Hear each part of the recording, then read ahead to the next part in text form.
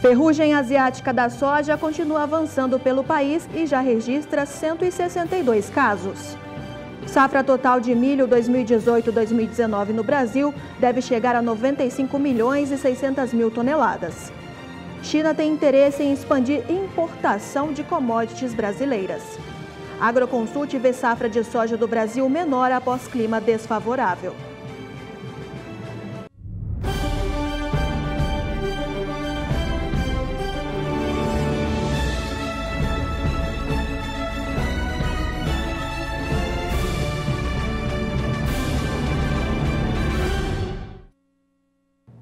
Olá, muito boa tarde para você que está aqui acompanhando a programação do Canal do Boi. Está no ar mais uma edição do Agricultura BR e nós começamos esta edição falando sobre soja.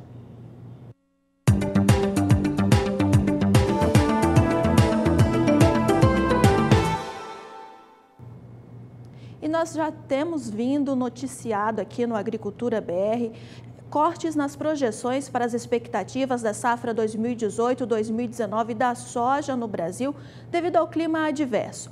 Quem fez novo corte para as suas estimativas da safra 2018-2019 da soja no Brasil foi a Agroconsult.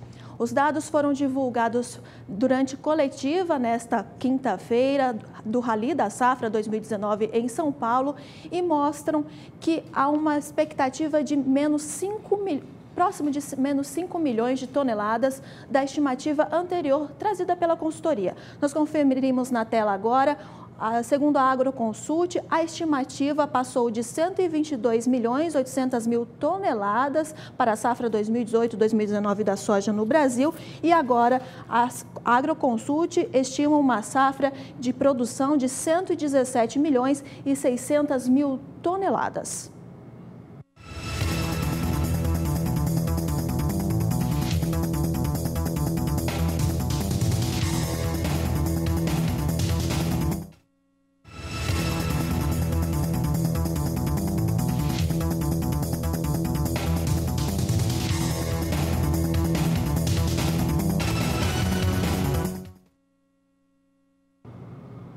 E a Bolsa de Cereais de Buenos Aires apresentou nesta quinta-feira seu panorama semanal agrícola e apresentou um avanço entre a semana passada e essa semana de 6,5% em relação ao plantio de soja no país argentino. Nós conferimos na tela a situação do plantio de soja por lá, que já chega a 96,1% dos 17 milhões 900 mil hectares projetados para essa safra. A maior parte da área plantada mantém uma condição hídrica favorável, com expectativas de rendimento elevadas, sobretudo em zonas de alto potencial. Porém, o padrão úmido aumentou a área em condição de excesso hídrico, promovendo perdas de lotes que, em alguns casos, não chegarão a ser replantados.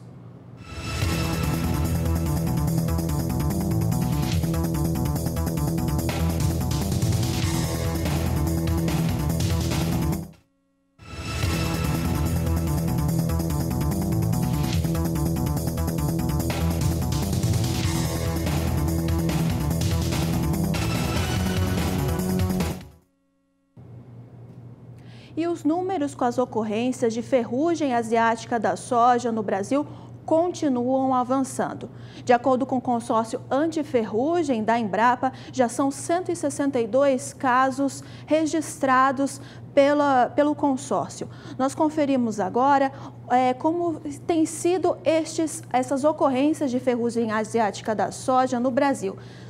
Neste período do ciclo 2018-2019, já são 157 casos de ocorrências identificadas em lavouras comerciais espalhadas por 11 diferentes estados, com destaque para o Paraná, que lidera o ranking. No mesmo período da safra passada, 2017 e 2018, já haviam sido registrados 131 casos de ferrugem asiática no Brasil. Esse índice representa um aumento de aproximadamente 23% entre a safra passada e a safra atual. Até o final do ciclo 2017-2018, os casos registrados com ferrugem asiática da soja já foram de 643 casos. E eu convido você a conferir comigo na tela agora os estados e o número de ocorrências de ferrugem asiática no Brasil até o momento. Como eu disse, o Paraná lidera o ranking com 51% dos casos, Rio Grande do Sul com 44% de ocorrências, Mato Grosso do Sul 20 ocorrências, Goiás e Mato Grosso tem 10 ocorrências cada, Santa Catarina 8, São Paulo e Minas Gerais 7 ocorrências, Rondônia e Maranhão 2 ocorrências e Tocantins vem com 1 ocorrência. A ferrugem asiática chegou mais cedo nessa safra e os casos foram muito volumosos no início do ciclo, porém a velocidade de infestações perdeu forças com problemas climáticos enfrentados em regiões como o Paraná e Mato Grosso do Sul. E para falar sobre o clima, nós vamos então para a Somar Meteorologia para ver com a Juliana Rezende como fica o clima para todo o país. Muito boa tarde, Juliana, seja bem-vinda aqui ao Agricultura BR. Como fica o clima para os próximos dias em todas as regiões do país? Olá, Carla. Muito boa tarde a todos que nos assistem. Pois é, a safra de soja então começou com excesso de chuva, tanto que as chuvas acabaram até antecipando as atividades de plantio nas lavouras. E a tendência agora acabou aumentando, principalmente em relação à incidência de ferrugem asiática. Agora as condições de umidade do solo seguem um pouquinho mais baixas em alguns pontos da região central do país. Podemos ver que em pontos do Paraná, São Paulo, Mato Grosso do Sul, a umidade do solo acabou caindo. Isso acaba melhorando, porque acaba não aumentando a incidência de ferrugem asiática em áreas produtoras de soja. No decorrer dos próximos dias, vamos ter previsão de chuva em grande parte do Brasil. A chuva diminui de intensidade em pontos da região sul, porque tivemos acumulados bastante expressivos ao longo desta semana. Agora as instabilidades perdem força gradualmente, mas ainda não cessam. Tanto que os acumulados nos 3 estados da região variam de 30 a 50 milímetros. Na região central do país, a chuva segue isolada, mal distribuída e com baixos volumes de água, enquanto que no norte do país chove forte em forma de temporais, assim como em toda a faixa norte da região nordeste. Agora, o calor vai seguir predominando em grande parte do país. Vamos ter temperaturas que superam os 30 graus na maior parte do Brasil, máximas que conseguem alcançar 36 graus do Mato Grosso do Sul, oeste do Paraná também, 33 graus na região sul e grande parte, então, do país tem temperaturas aí que superam os 30 graus, cenário aí que não é muito favorável, principalmente para a ferrugem asiática, porque acaba aumentando a incidência com essas temperaturas cada vez mais elevadas. Então, durante as próximas semanas, tem previsão de chuva mais fraca na maior parte do país e conforme essas instabilidades perdem força, o cenário em relação aos índices de umidade do solo acabam diminuindo e a temperatura segue elevada na maior parte das áreas produtoras de soja brasileiras. Daqui a pouco eu volto com mais previsão do tempo. Obrigada, Juliana Rezende. Por aqui nós vemos os preços praticados para a saca de 60 quilos da soja nos principais portos brasileiros, de acordo com a Grãos Corretora, que você confere comigo, que nesta sexta-feira termina a semana tanto o Porto de Santos quanto o Porto de Paranaguá, vendendo a saca de 60 quilos da soja a R$ 76,00, um aumento em relação ao dia de ontem, que nós víamos a saca de 60 quilos da soja nos 2 portos sendo vendidas a R$ 73,50. Vamos seguir aqui o programa falando então sobre a soja no mercado internacional, a soja que retoma as baixas de ontem na Bolsa de Chicago e nós vemos como ela vem operando nesta sexta-feira, se continua subindo ou não, continua subindo a soja na Bolsa de Chicago e você vê aí para o contrato futuro em janeiro de 2019, neste mês, a $8,97 o bushel, para março $9,12 por bushel, maio de 2019 $9,25 por bushel e julho de 2019 com a maior alta para os mercados futuros da soja que temos aqui em tela, com a soja sendo negociada a $9,38 por bushel. E nós vamos para mais um rápido intervalo comercial, mas no próximo bloco nós vamos acompanhar aqui como fica o mercado financeiro no Brasil e também vamos falar sobre o mercado do milho. O Agricultura BR volta já. Estamos de volta e o nosso destaque aqui do Agricultura BR a partir de agora é o mercado financeiro. O dólar que vem operando em movimento de queda nesta última sessão da semana, com os investidores de olho nas propostas da Previdência e também com as negociações entre Estados Unidos e a China. E nós conferimos então agora como fica o dólar no Brasil neste momento. Nós conferimos em tela agora uma variação positiva de 0,29% para a moeda norte-americana, que está sendo vendida a R$ 3,71 mais 9. E para falar sobre essa movimentação no mercado financeiro, nós vamos à Bolsa Brasileira de Mercadorias conversar com Walter Puga Júnior, que já está aqui conosco. Muito boa tarde, Puga. Como está essa movimentação no último dia de sessão da semana? Boa tarde. Boa tarde a você, Carla. Boa tarde a todos. Olha, nós estamos acompanhando aí e desde o início da manhã o dólar tende aí a uma leve alta, né? Já abriu com alta de 0,06%, foi a 3,71 mais 15, agora há pouco já operava a 13,71 mais 51, ou seja, temos um movimento de alta para o dólar, mas nada que surpreenda, nada que mude a perspectiva de dólar em baixa. O dólar tende a um movimento de baixa, sim, frente ao real e deve operar na próxima semana. A expectativa é essa, na faixa de 13,70, portanto, deve retornar a uma queda. Agora, eu gostaria de lembrar que, independente disso, nós temos aí uma notícia muito importante para quem trabalha com dólar, né? Que é a paralisação das vendas de soja no Brasil. O que ocorre é que essa queda do dólar que nós tivemos recentemente, quando o dólar chegou a tocar R$ 3,68, ele praticamente paralisou as vendas de soja no país. O assunto, aliás, é destaque hoje na edição do jornal Valor Econômico e foi abordada também por André Pessoa, da Agroconsult, numa entrevista coletiva ontem, né? A queda do dólar ante o real paralisou as vendas de soja no país, com fortalecimento da moeda, isso reduz a receita do exportador brasileiro de soja.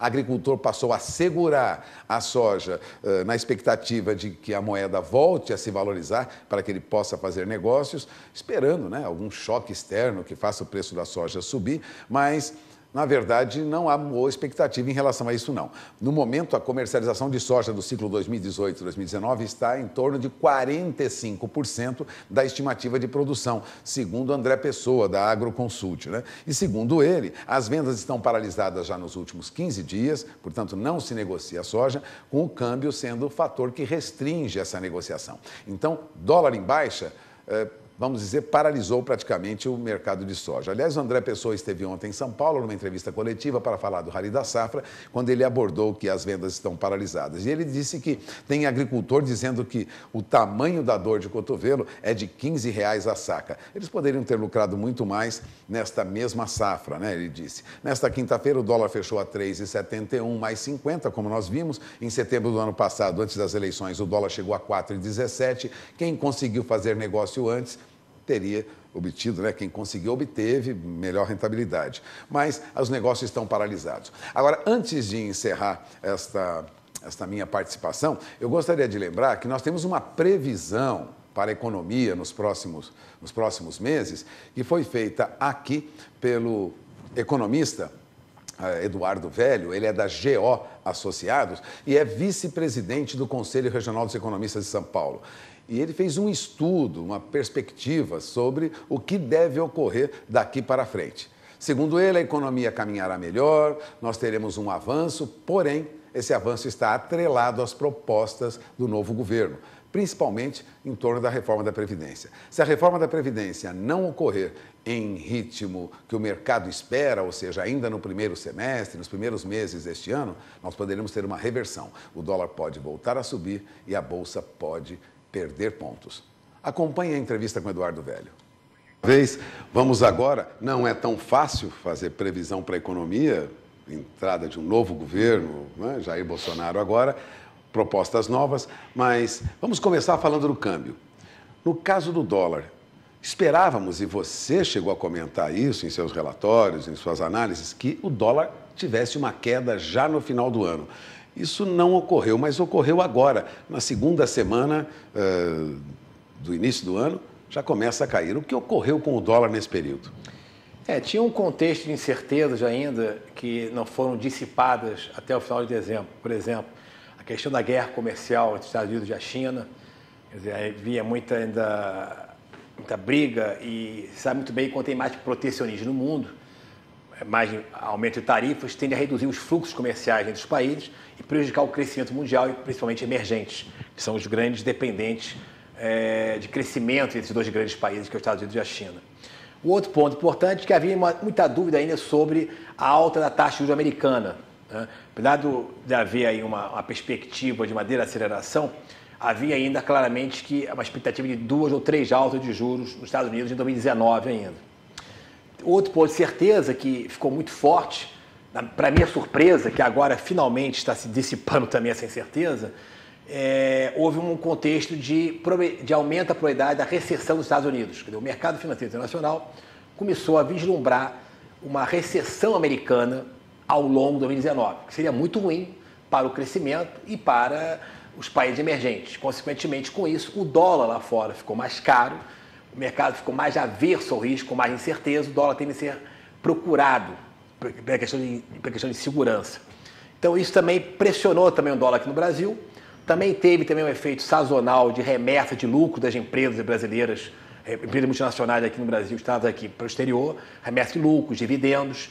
Teve mais de um déficit superior a quase 10 bilhões de dólares em dezembro. Então, foi uma coisa sazonal, historicamente, que é uma remessa maior, mas também as incertezas externas mantiveram aí o câmbio um pouco ainda pressionado, chegou até a romper R$4 o câmbio, e também alguns pontos que havia uma expectativa também que a reforma da Previdência mínima poderia ser colocada logo após o resultado da eleição presidencial, que também foi adiado. Então, com o recesso, obviamente, o câmbio ficou um pouco mais pressionado, mas também não houve uma saída de recursos do país descontrolada, pelo contrário. As expectativas continuam positivas, que o governo vai ter uma abertura comercial. E agora ficou claro que vai ter o ajuste fiscal. Há uma perspectiva de um grande apoio político no Congresso ao governo Bolsonaro, que vai facilitar as reformas. Por exemplo, o líder, o candidato à reeleição na Câmara, Rodrigo Maia, possivelmente deverá ser o presidente, já está com 8 partidos apoiando ele, e ele é pró-reformista, então isso também é um fator positivo para ajudar a cair o dólar em relação ao real também. Também há uma expectativa também clara agora que não vai ter recessão nos Estados Unidos, que é bom para o Brasil também, para toda a economia mundial. Há uma expectativa que o Banco Central norte-americano, onde hoje vai ser divulgada a ata do Fed, às 3 horas, talvez até revise para baixo a alta dos juros em 2019, que também é bom. E mesmo com o crescimento ainda relativamente bom ainda nos Estados Unidos, é positivo também para expectativas. E a grande expectativa são as medidas do governo. Está claro que o governo realmente vai ter uma reforma da Previdência aí com bom apoio, vai introduzir uma regra de transição, o regime de capitalização também, juntamente com o aumento da idade mínima. E a expectativa do mercado é essa, que a agenda está boa, tem espaço para privatização, tem espaço para abrir mais a economia, para facilitar a inovação, a abertura econômica. Então, aparentemente, os fluxos comerciais também vão melhorar agora, os fluxos financeiros. Em janeiro você vai ter um déficit menor, até um superávit cambial. Então, a tendência agora é o que está acontecendo, o dólar ficar um pouco mais baixo. Agora, de olho no médio e longo prazo, as propostas que começaram agora, muito recente, do governo Jair Bolsonaro, indicam melhoria na economia em 2019? Como você olha para o futuro, já tendo como informação o que Paulo Guedes está anunciando para o país? Bem, eles vão... Se você tem uma aprovação de um grande problema que hoje é a Previdência, que é o déficit fiscal, mesmo que não tenha um impacto no curto prazo em termos de caixa, mas um impacto a médio prazo, você possibilita que o governo ganhe credibilidade, comece a financiar sua dívida a juros mais baixos, então contribui para reduzir o déficit do governo. Os juros ficam mais baixos no mercado, consequentemente as taxas de juros na ponta de crédito, em algum momento vão ficar mais baixas. Se mantiver a inflação baixa, que é o cenário que está dado aí também, a inflação também está se confirmando, que a inflação vai ficar baixa também em 2019. Isso é um cenário também positivo para investimentos e também para a questão de aumentar a renda disponível da sociedade em geral. Então, aparentemente, essa medida da Previdência é importante para dar esse choque, confirmar essa expectativa e atrair mais investimento. Ou seja, o governo, o Bolsonaro, aparentemente, a trilogia, os próximos meses, é ter um juro baixo na dívida pública, um juro mais baixo na dívida pública, que facilita também o ingresso de recursos para outros setores da economia. Outra coisa importante, as medidas que estão sendo anunciadas. Por exemplo, a própria aprovação já do governo Temer, do aumento do limite de capital estrangeiro no setor aéreo, vai muito em linha com a ampliação da abertura econômica, de maior participação do capital estrangeiro na economia, para trazer mais investimentos. As próprias privatizações, o próprio engajamento do presidente do Banco do Brasil, do BNDES, da Caixa Econômica, que deverão realmente, vão se comprometer a sancionar privatizações nos seus segmentos. Então, isso é um sinal positivo. A economia deverá atrair recursos, a economia deverá reduzir um pouco o gasto público e deixar mais o setor privado para puxar mais o crescimento de forma mais eficiente. Então, eu acho que os sinais estão dados. O governo deverá também anunciar medidas de fiscalização no auxílio reclusão, no auxílio doença, que vai fazer uma reorganização também administrativa e também das funções dos bancos públicos também, com maior direcionamento do crédito para microcrédito, por exemplo, no caso, por exemplo, da Caixa Econômica, reduzir também algumas funções que a Caixa Econômica não tem tanta expertise para aumentar a eficiência. Isso vai contribuir para gerar mais recursos, poupar mais recursos para o microcrédito, para a população. Resumindo, a sua visão é de que nós teremos melhorias em 2019? Eu acredito que sim. Eu acho que Agora, o ponto é a velocidade disso. Eu acho que o apoio político aí parece que está bem robusto. Isso é um ponto positivo, que está ajudando também a cair o dólar em relação ao real. A unificação do discurso entre a área política do governo e a área econômica, do ministro Paulo Guedes com o ministro Onyx, né? Me parece que está bem unido também a equipe econômica, também no comprometimento desse ajuste que vão ter das medidas, que vão ser anunciadas em breve, de forma concreta. E, claramente, o que eu vejo também, há uma percepção que a sociedade também quer ter medidas reduzindo privilégios. Então, isso vai facilitar também, obviamente, uma pressão maior no legislativo para aprovar essas medidas.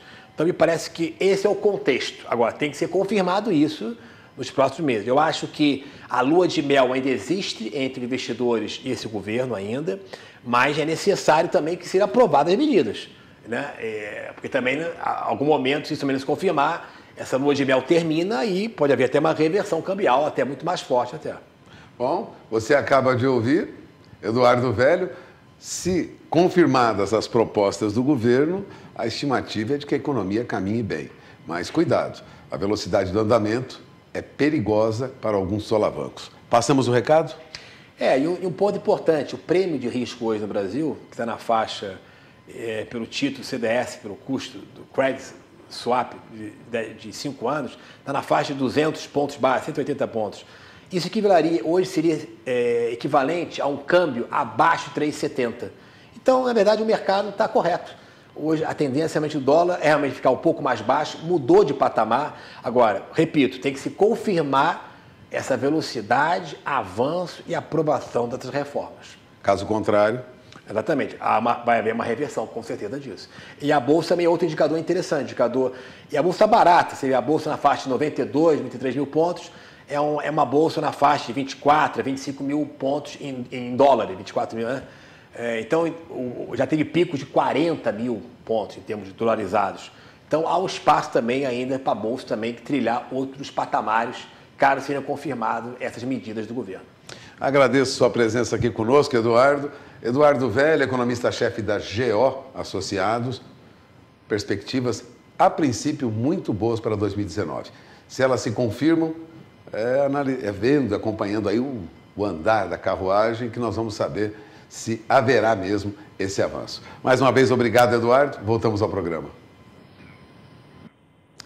Como você vê, Carla, a perspectiva para a economia brasileira ela é muito boa.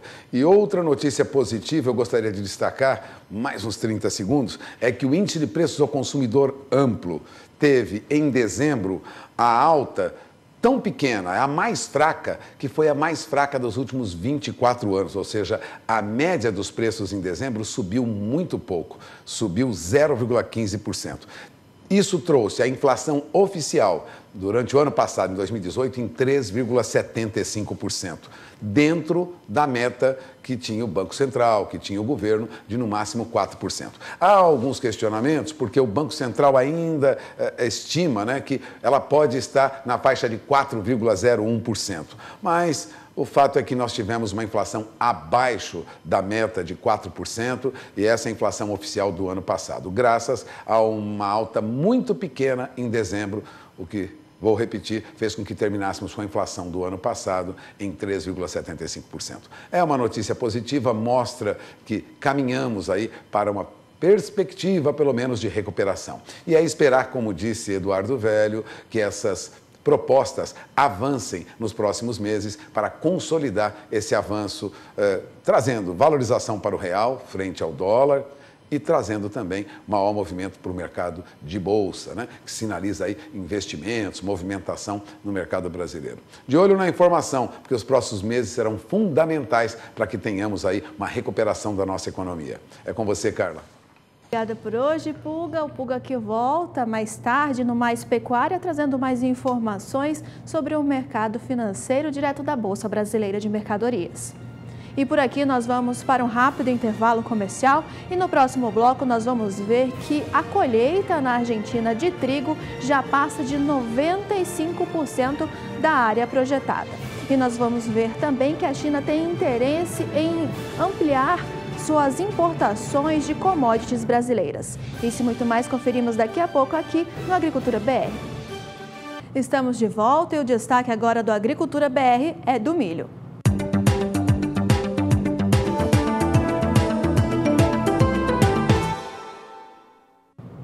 E a Agroconsult estimou nesta quinta-feira um aumento da safra 2018-2019 total de milho no Brasil em relação à safra anterior de próximo a 15 milhões de toneladas. Nós conferimos agora os dados que a Agroconsult trouxe nesta quinta-feira sobre a safra de milho no Brasil e você confere na tela que é em milhões de toneladas.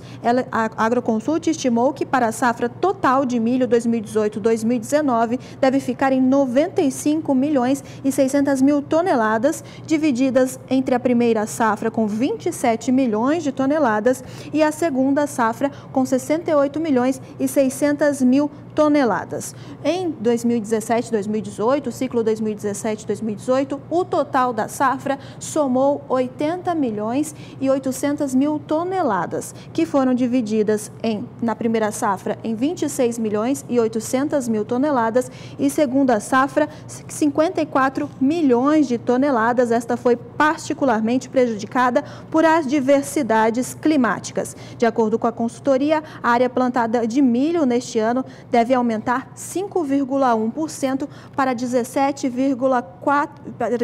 milhões e 400 mil hectares, com produtores de olho em uma janela esperada de janela ideal para semeadura. E por aqui nós continuamos falando sobre milho, é porque a Emater do Rio Grande do Sul trouxe nessa quinta-feira seus dados conjunturais das safras de grãos e mostra que no Rio Grande do Sul a safra já chega a ter sido plantada de milho em 99% da área estimada e nós conferimos os dados que a Emater trouxe neste projeto conjuntural, que 99% da área já está plantada com milho no Rio Grande do Sul. Aproximadamente 18% dessa área já está pronta para a colheita, 38% em enchimento de grãos, 15% em floração e 23% em germinação. 6% da área já plantada com milho já foi colhida. No relatório divulgado no último dia 3 de janeiro, o índice plantado era de 98% e apenas 4% já tinha sido colhido. No mesmo período da safra anterior, a área plantada já totalizava 100% do total e 10% da área já tinha sido colhida.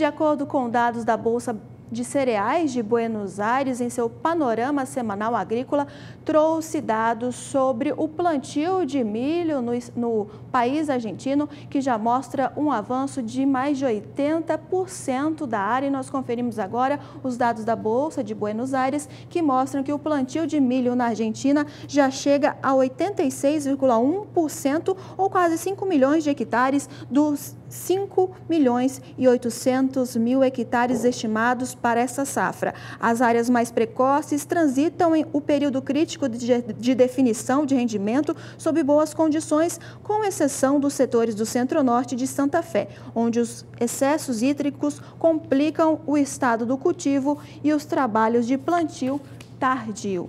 E para falar como fica o clima para a Argentina, para as culturas de verão, nós vamos à Somar Meteorologia ver com a Juliana Rezende. Juliana.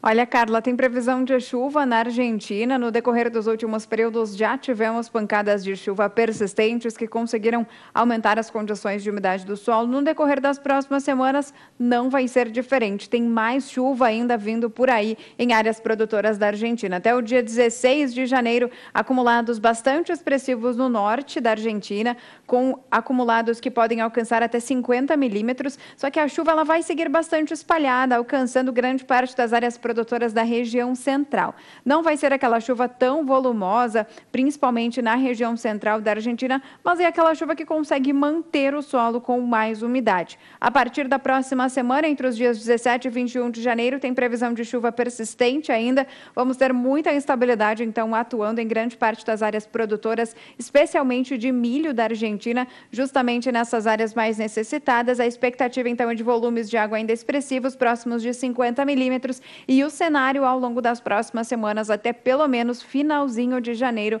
a tendência de chuva persistente em grande parte das áreas produtoras da Argentina, conseguindo aumentar cada vez mais as condições de umidade do solo, garantindo então um cenário bastante otimista para os produtores da Argentina. Daqui a pouco eu volto com mais previsão do tempo. Obrigada, Juliana. E nós seguimos falando ainda sobre o país argentino, mas agora falamos sobre a cultura do trigo.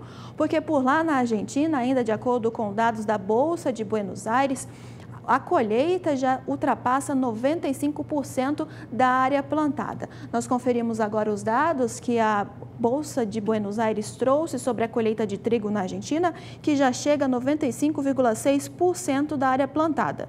O rendimento médio subiu para 3 mil quilos por hectare, com um volume acumulado de 18 milhões de toneladas. Os rendimentos obtidos no sul de Buenos Aires e La Pampa permitem sustentar a projeção de produção em 19 milhões de toneladas.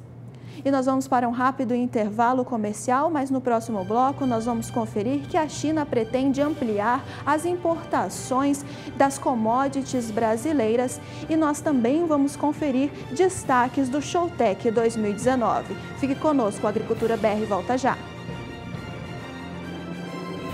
E a China pretende ampliar importações de commodities agrícolas brasileiras. Sobre este assunto, o jornalista Walter Pulga Júnior conversou com o representante do Instituto Social Cultural Brasil-China, o IBRA-China, direto da Bolsa Brasileira de Mercadorias, e nós conferimos essa entrevista a partir de agora. Thomas, obrigado por ter vindo. Você representa boa parte da comunidade chinesa no Brasil e está acompanhando o noticiário que dá conta das negociações entre Estados Unidos e a China e as dificuldades que acabam resvalando não só em outros países do mundo, mas especificamente no Brasil também. Eu pergunto, essa tentativa de acordo, vocês que lidam no meio empresarial, na economia, cultura, ele pode sair?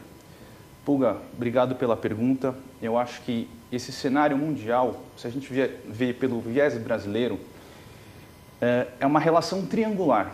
Hoje a China, Estados Unidos e o Brasil fazem parte de um cenário muito interessante mundialmente. Obviamente que os Estados Unidos têm as suas alegações e a China também pelo outro lado da moeda, tem as suas alegações. A gente sabe que o comércio em si, ele é um indutor da paz. Ele faz com que os países, entre eles, se movimentam, tenha esse intercâmbio entre esse multilateralismo dos países em si, do mundo, no mundo global. E, obviamente, que com essas tarifas, seja pelos Estados Unidos ou seja pela China, isso vai afetar o mundo, não só o Brasil, como a Europa e como todos os países que estão em volta. Portanto, um acordo é importante. É importante, eu acho que faz parte também da cultura chinesa, através do princípio do confucionismo, ter essa medida de conciliação. É preciso achar um acordo. Com certeza, com certeza. Agora, com o governo Trump não é fácil conseguir um acordo. E com o governo chinês também não é fácil. Avanços na área de tecnologia, direito intelectual, subsídio para indústrias. A China tende a abrir mão? Eu acho que assim, a China tem vários projetos de tecnologia. Até 2020, a China tem um projeto sobre tecnologia no país, ou seja, não quer depender de mais ninguém e quer ter a sua própria tecnologia para os próximos anos. E uma das questões que está em pauta mundialmente é a Huawei, né, que está querendo colocar o 5G em muitos países e é a revolução da tecnologia, ou seja, quem tiver o 5G chega antes com uma tecnologia melhor, com celulares rápidos, você consegue baixar um filme de tantas horas em 6 segundos. Então essa é a tecnologia avançadíssima. Sim, com certeza. E os norte-americanos têm preocupação com isso, lógico? Tem até porque uma das alegações da prisão da CEO é em relação à questão de espionagem, em relação à questão de venda do produto para alguns países, ou seja, é uma briga realmente grande, onde nós pequenos sofremos, vamos colocar dessa forma, mas ao mesmo tempo vai ser a revolução da humanidade. Bom, temos questões intelectuais e temos também alguma ajuda que o governo chinês concede às suas empresas. Sim. Não é diferente de outros países no mundo. Sim. Você vê possibilidades dos chineses abrirem mão dessa ajuda na medida em que eles precisam que as empresas cresçam? Qual que é a sua ideia, Público? Sim. O governo chinês ajuda empresas chinesas Sim, no sim. desenvolvimento. E os americanos reclamam disso. Sim. O chinês pode abrir mão disso ou ele precisa dessa ajuda para as empresas crescerem? Eu acho que assim, a China cresceu por 3 décadas, 10%. É um ritmo acelerado. Agora a China tem um desafio, que é rebalancear a economia dela. Ou seja, a China também, com Xi Jinping, que tem poderes ilimitados agora, ele é presidente eternamente pela Constituição chinesa, tem a possibilidade de ter esse subsídio, sim, para algumas empresas chinesas. Então, isso faz parte do modelo econômico chinês, que é um modelo com peculiaridades específicas de um socialismo, que, para mim, em determinados momentos, é um capitalismo puro, né? Ou seja, a China está naquele caminho assim, entre capitalismo e o antigo socialismo implantado lá. Você diria isso? Eu pensaria de forma um pouco diferente. Quando Mao Tse-tung assumiu o poder, e era na época do comunismo, que ele colocou o comunismo em prática, grandes empresas privadas foram desativadas. Muitos empresários saíram correndo da China.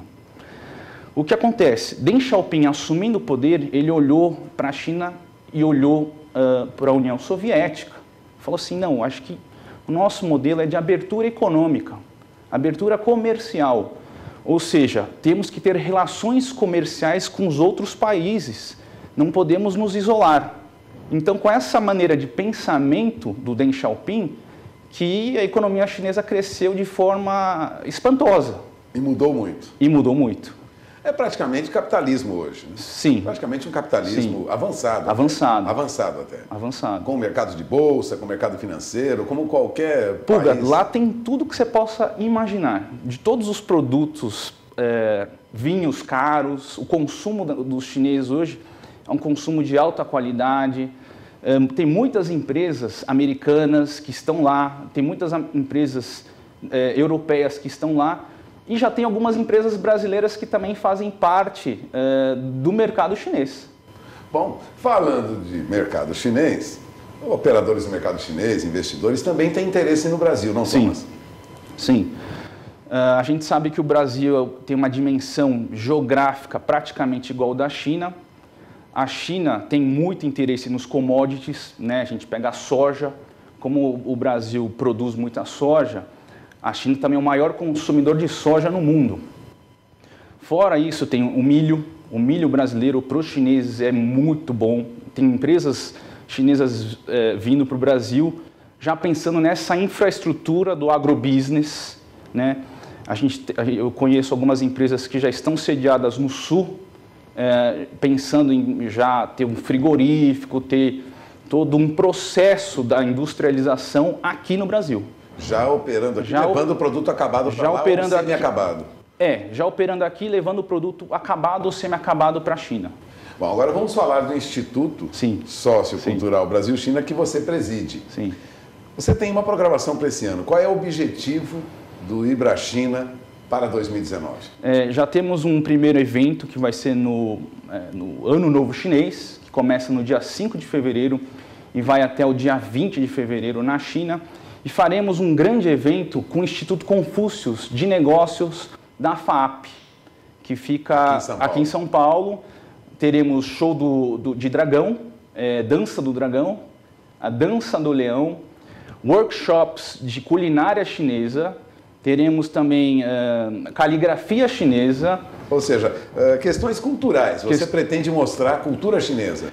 As questões culturais que o povo brasileiro já conhece, mas eu acho que a gente pode aprofundar cada vez mais. E negócios também. E negócios também, a cultura dos negócios. A cultura dos negócios.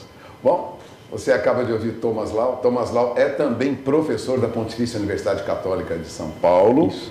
Experiente no ramo empresarial Brasil-China, conhece a China muito bem, conhece o Brasil muito bem. Vamos acompanhar aí o desenvolvimento das atividades do Instituto Sociocultural Brasil-China. Teremos mais informações durante a nossa programação ao longo desse ano. Obrigado por ter vindo aqui, Lau. Obrigado. Agradeço sua presença. Encerramos essa entrevista, voltamos ao programa. E atenção você, telespectador da região norte do país, nós vamos destacar agora a previsão do tempo para a sua região e nós vamos lá direto para a Somar Meteorologia para ver com a Juliana Rezende. Juliana, o que podemos apresentar para os próximos dias para os moradores da região norte do país? Bom, Carla, nesses últimos dias tem chovido bastante na região norte, já tivemos acumulados que variam de 100 a 200 milímetros somente nesses primeiros dias de janeiro de 2019, é por isso que as condições de umidade do solo estão elevadas, principalmente nessas áreas em rosa, a expectativa é de mais chuva ainda. No decorrer desses próximos dias, até o dia 16 de janeiro, tem previsão de pancadas de chuva volumosa na região. A combinação de calor e umidade favorecem essa chuva bastante abrangente, com grandes acumulados de até 70 milímetros entre Amazonas, Acre e Rondônia, principalmente. A chuva já em pontos do Pará e Tocantins é um pouco mais fraca, mas ainda segue chovendo. A tendência, a partir da próxima semana, entre os dias 17 e 21 de janeiro, é da chuva perder intensidade. Então, com o enfraquecimento das áreas de instabilidades na região, o volume de água fica cada vez menor. A chuva ainda não vai parar, apenas os acumulados vão variar em torno de 15 a 30 milímetros em grande parte da região, exceto o extremo oeste do Amazonas, onde a chuva ainda vai seguir mais forte e volumosa, especialmente entre o oeste do Amazonas e até o Acre. Até pelo menos dia 26 de janeiro, ainda chove forte entre o Acre, sul do Amazonas e Rondônia. Já nas demais áreas, a chuva ainda vai persistir, só que de forma bem mais fraca e também com baixos volumes de água. Então, na região norte, nesses próximos dias, vai seguir chovendo de forma contínua, com bons acumulados. A chuva perde mais intensidade somente em meados da próxima semana, com o enfraquecimento, então, das áreas de instabilidades em todo o norte brasileiro. Daqui a pouco eu volto com mais previsão do tempo. E chegou a hora da gente conhecer a produção de quem nos assiste, dos nossos telespectadores que participam aqui do programa. É hora do quadro Somos Todos Produtores e a participação de hoje é do Gleiton Medeiros, do município de Itabaína, que fica em Sergipe. Ele mandou um vídeo e algumas fotos para a gente da produção dele de batata doce. Vamos ver. Produção de batata doce aqui de Itabaiana, Sergipe. Dia 10 de janeiro, como vocês podem ver aqui, tem uma excelente produção de variedades italianas aqui. O grande problema hoje aqui do estado de Sergipe é a questão da água. poços artesianos secando, barragem secando. Infelizmente, com um ano fraco de chuva, a gente possa vir ter problemas com a produção aqui. Mas por enquanto, graças a Deus, produtividade boa, como você vê, lavouras bonitas aqui. Preço do saco de 40 kg de batata doce aqui em Sergipe, R$ 40. Batata de excelente qualidade, um dos melhores produtos do Brasil. E você também pode participar aqui do quadro Somos Todos Produtores, ou você também pode participar do quadro Agricultura BR Responde. É só enviar a sua pergunta, foto ou vídeo da sua produção pelo nosso WhatsApp. O número é 67996562266. E por aqui é hora de um intervalo comercial e no próximo bloco nós vamos destacar o Showtech 2019. Falta apenas 5 dias para a feira, que será realizada em Maracaju, no estado de Mato Grosso do Sul. O Agricultura BR volta já. Agricultura BR de volta, que bom que você está participando conosco aqui nesta tarde de sexta-feira. E olha, falta só 5 dias para a primeira feira que abre o calendário de feiras agrícolas deste ano de 2019. É o Showtech 2019, a 23ª edição da Feira Agropecuária, que acontece em Maracaju, no estado de Mato Grosso do Sul. E o canal do Boi é o canal oficial da feira e nós conferimos agora os destaques de lá.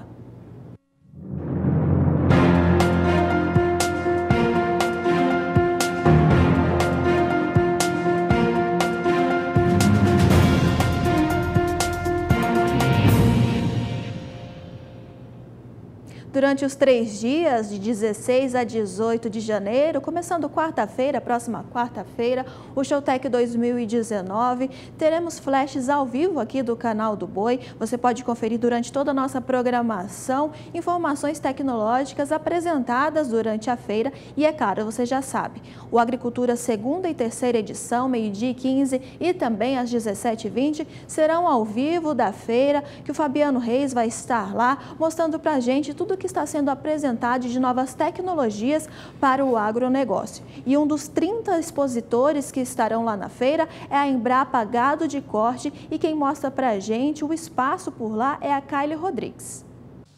Os desafios do agronegócio serão discutidos durante o Showtech 2019. Eu estou com Ademir Hugo Zimmer, que é pesquisador da Embrapa Gado de Corte. Zimmer, como que vocês vão abordar essas questões de sustentabilidade durante a feira?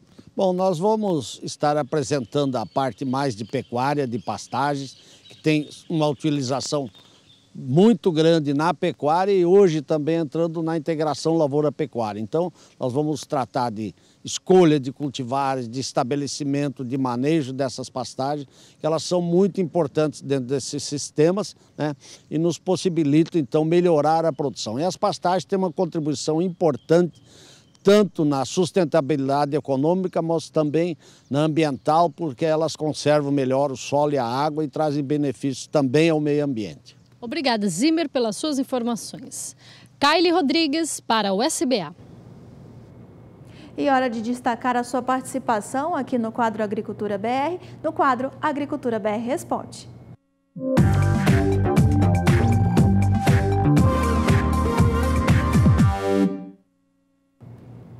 Hoje nós temos 2 participações do interior da Bahia e nós conferimos a primeira participação, que é do telespectador Edson Augusto de Ibicoara, município do interior da Bahia, e ele diz: olá, gostaria de saber a previsão do tempo para a região da Chapada da Diamantina. E nós vamos ver agora o próximo participante aqui do quadro Agricultura BR Responde em tela. Nós vemos que é o Walter Macedo, do município de Euclides da Cunha, também interior da Bahia. Ele diz: olá, um ótimo ano a todos. Gostaria de saber qual é a previsão do tempo para Euclides da Cunha para esses próximos 3 meses. Obrigado. Muito obrigada pela sua participação, Edson, e também pela sua participação, Walter. E para responder às suas perguntas, vamos à Somar Meteorologia para ver com a Juliana Rezende. Juliana, o que podemos responder para os nossos telespectadores?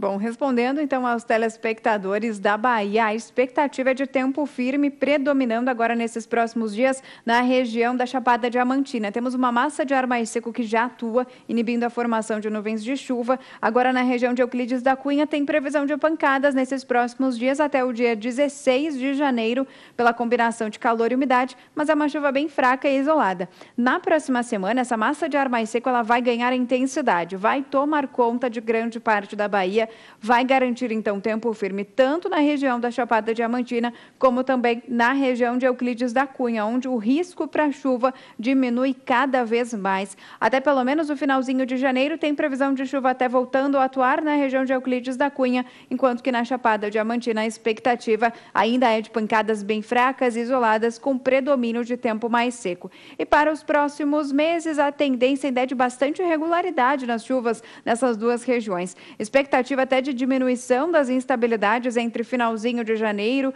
começo do mês de fevereiro, e aí a chuva deve seguir um pouco mais regular, então a partir de fevereiro, começo de março, chuva deve acabar perdendo um pouco mais de intensidade a partir da segunda quinzena do mês de março, então em grande parte do interior da Bahia. De forma geral, podemos ainda destacar que a chuva vai seguir bastante regular, vamos seguir ainda com períodos de tempo mais seco um pouquinho mais longos, próximos de 5 a 7 dias, intercalados com os episódios de chuva que acontecem em grande parte do interior da Bahia. Hoje eu encerro por aqui a minha participação. Semana que vem eu volto com mais previsão do tempo. Um bom final de semana a todos. Obrigada, Juliana. Bom final de semana para você.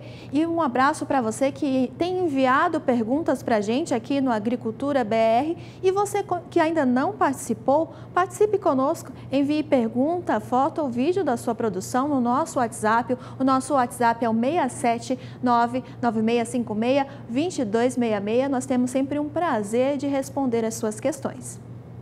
E nós seguimos falando que a FASUL, a Federação de Agricultura do Rio Grande do Sul, está buscando resolver problemas nas lavouras do Rio Grande do Sul que têm sido atingidas pelo inseticida que tem sido usado nas lavouras de soja. Esse inseticida tem prejudicado as lavouras de uvas e também de outras frutas. Quem traz as informações agora para a gente é a repórter Annelise Nicolotti.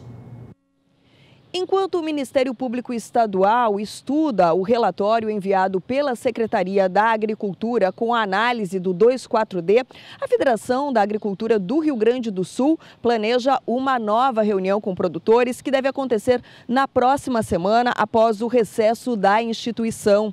Segundo o superintendente do Senar no Rio Grande do Sul, Eduardo Condorelli, a ideia é reunir todos os envolvidos, inclusive o MP, a Secretaria da Agricultura e o Ministério da Agricultura. A FASUL se comprometeu em fortalecer a capacitação dos produtores para evitar a deriva do produto utilizado nas lavouras de soja. Os laudos da Secretaria confirmaram que em 69 de 79 amostras havia resíduos de 2,4-D. O produto contaminou plantações de uva e oliveiras que ficaram com folhas retorcidas, crescimento descontrolado e apresentaram problemas para amadurecer.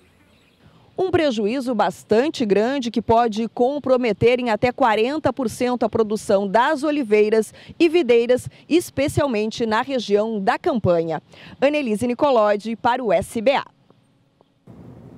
E foi prorrogado no estado de Mato Grosso até dezembro a vigência de autorização de funcionamento de atividades rurais. Quem traz os detalhes para a gente é Valdir Pacheco.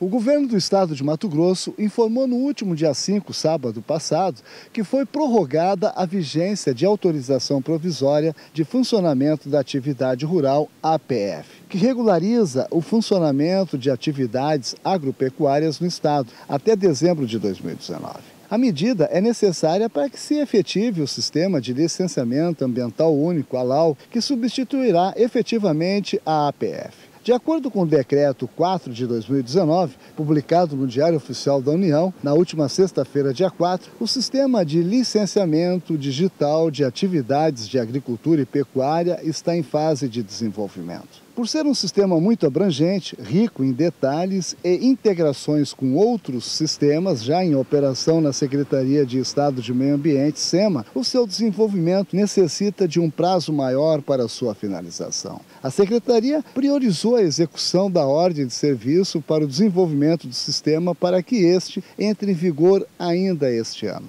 A licença ambiental é obrigatória para o exercício e o desembargo das atividades da agricultura e pecuária, em área passível de desmate sem a devida autorização do órgão ambiental estadual. De acordo com a SEMA, a necessidade de adequar o sistema de licenciamento ambiental único, LAU, ao sistema mato-grossense de cadastro ambiental rural, SINCAR, o ato declaratório da APF foi instituído em caráter provisório até o completo desenvolvimento do novo sistema. Valdir Pacheco para o SBA, Sistema Brasileiro do Agronegócio. E por aqui é hora de mais um intervalo comercial, mas se você ainda não participou do programa Agricultura BR, nós queremos a sua participação por aqui. Envie para a gente no nosso WhatsApp suas dúvidas, sugestões. Você também pode enviar sua foto e vídeo da sua produção. O nosso número é 67996562266. Nós vamos para um rápido intervalo, mas nós voltamos com as informações finais dessa edição. Estamos de volta e você sabe o que é energia sustentável? Você sabe se é possível implantar algum desses sistemas na sua propriedade e como utilizá-los? Se você não sabe, a repórter Kylie Rodrigues mostra para a gente agora na reportagem os benefícios do uso deste sistema. Veja só.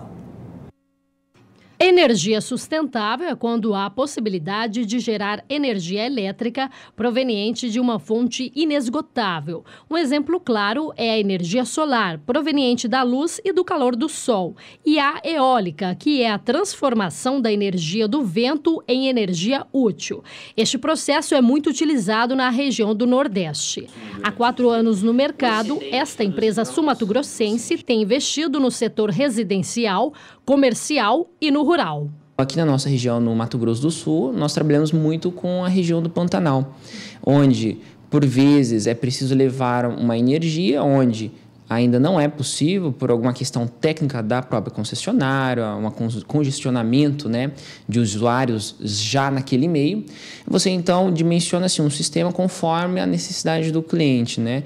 Os equipamentos domésticos que ele precisa estar funcionando, que ele precisa ter em operação, dimensiona-se esse sistema e então faz a implementação desse sistema. De acordo com a necessidade do produtor rural, é possível a aplicação de 3 formas, que é o sistema conectado, isolado e o bombeamento solar. Falando do primeiro, que é o sistema de energia solar conectado à rede, é um sistema em que você, visando reduzir a tua fatura de conta de luz, né, você faz a implementação desse sistema. Então, a princípio, para se dimensionar um sistema desse porte, é preciso ter acesso ao consumo energético, ou seja, uma fatura de conta de luz, dimensiona-se, você vai ter o quantitativo da planta, ou seja, saber a quantidade de placas, a área ocupada, quais são os equipamentos que vão compor esse sistema, né? E você precisa informar a concessionária a potência do sistema que você vai estar conectando à rede deles, você vai informar quais são os equipamentos, todos os quantitativos referentes ao projeto. O sistema isolado, conhecido como off-grid, é mais utilizado no meio rural, pois leva energia onde não tem. Funciona por meio de baterias estacionárias.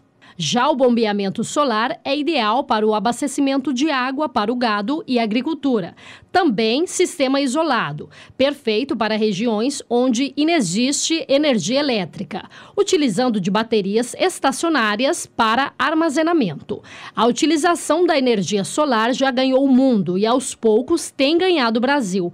Mato Grosso do Sul está em 12º lugar no ranking da Agência Nacional de Energia Elétrica, a ANEEL, em sistemas conectados à rede. Em sistema isolado e bombeamento solar, ainda não se tem estudos.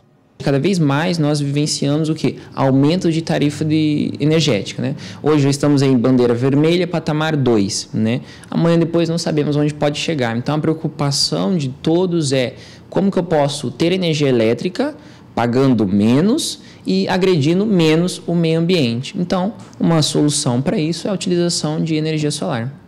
O investimento é caro? Não, o investimento ele se paga em torno de 5 a 7 anos, dependendo do porte do sistema, né? Então, você tem o payback, o retorno financeiro do investimento para um sistema do tipo conectado à rede, né? Em torno de 5 a 7 anos. Kaile Rodrigues para o SBA. Está chegando, hein? Falta 5 dias para o Showtech 2019. Se você não puder ir, você pode acompanhar aqui pelo canal do Boi todas as informações que serão disponibilizadas durante a feira. O canal do Boi é a emissora oficial. O Agricultura BR, segunda e terceira edição, meio-dia 15 e também 17h20, serão ao vivo de lá, trazendo o que há de novo para o agronegócio. E uma das empresas que estarão lá no Showtech é a Shark Tratores, que vai trazer inovações tecnológicas para o setor de máquinas agrícolas. Dá só uma olhada.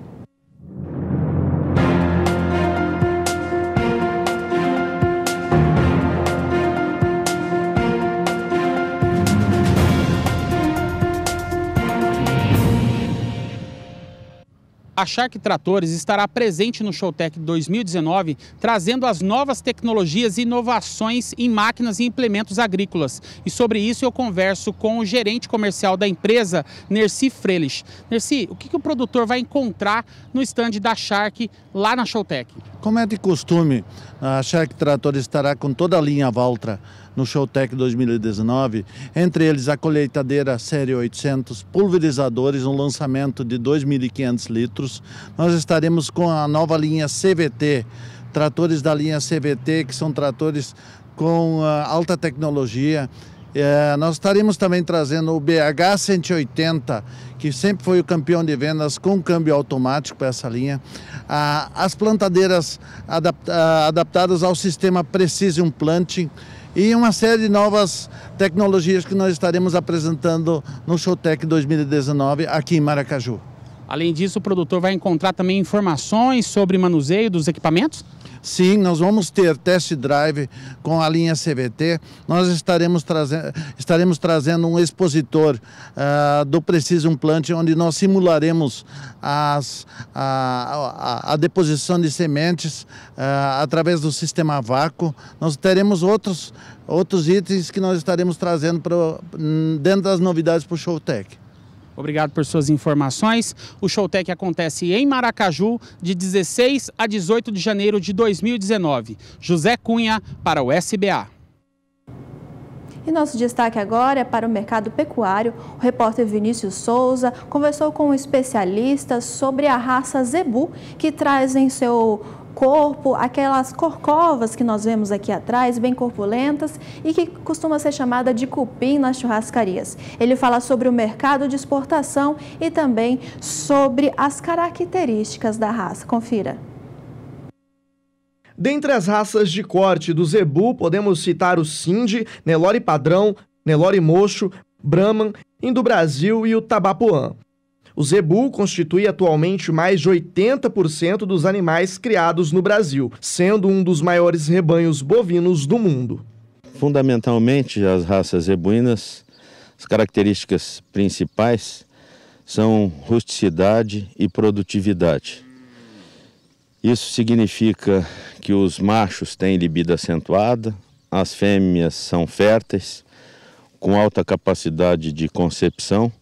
Entre as raças de corte do Zebu, a que tem predominância no Brasil é o Nelore, cerca de 80% do rebanho brasileiro. Dentro dessa raça existem vários programas de melhoramento genético, como por exemplo o PMGZ, Programa de Melhoramento Genético do Zebuíno, que é desenvolvido pela ABCZ. Esse programa é dividido em 3 etapas zootécnicas: controle de desenvolvimento ponderal, prova de ganho de peso e o controle leiteiro.